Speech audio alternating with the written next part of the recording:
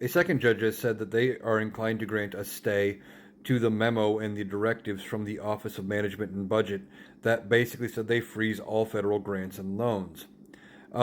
Said that seems like it is greatly illegal and that the harm caused by this um, memo could be wide reaching. Now, we will see what happens with this, obviously. There is a stay in place by a different judge that extends it out to February 3rd. Since then, the Trump administration has said that they rescind that memo, but they also hinted that they were still going forward with the freeze in varying departments.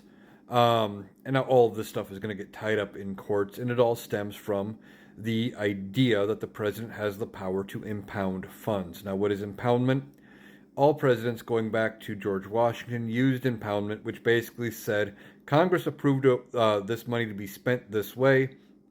The president doesn't agree, so he tells the Secretary of the Treasury not to spend the money. And if that seems wrong, well, because it is. Now, in the 70s, Nixon had used impoundment so much that Congress passed what is known as the Impoundment Control Act, which says presidents can only withhold funds for 45 days, then they must be spent as directed by Congress. And while funds are being impounded, that Congress has the ability to review how they are spent, and if they choose to change that designation, then they can.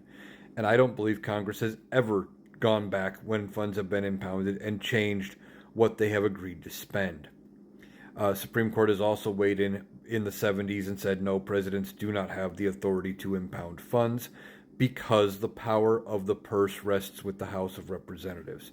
Now, why is the power of the purse the ability to spend money solely in the House of the Representatives? Well, that is because when they wrote the Constitution, only one part of the legislature or the executive branch was directly elected by the people. Senators were appointed, and you have the Electoral College to elect the president. Only the House was answerable to the voter, to the people. That's where the power of the money should be. So ultimately, this memo is going to get tied up in court. It sounds like Donald Trump is saying, no, we want to backtrack that memo, but we want to go forward. Basically, we didn't want you knowing that we were going to freeze all this money. And that sounds like a typical Donald Trump move. Say they're going to do one thing, try to do the other, and smoke and mirrors and distraction. Now, we will see how these court cases go forward. Ultimately, this is probably going to end up in front of the Supreme Court.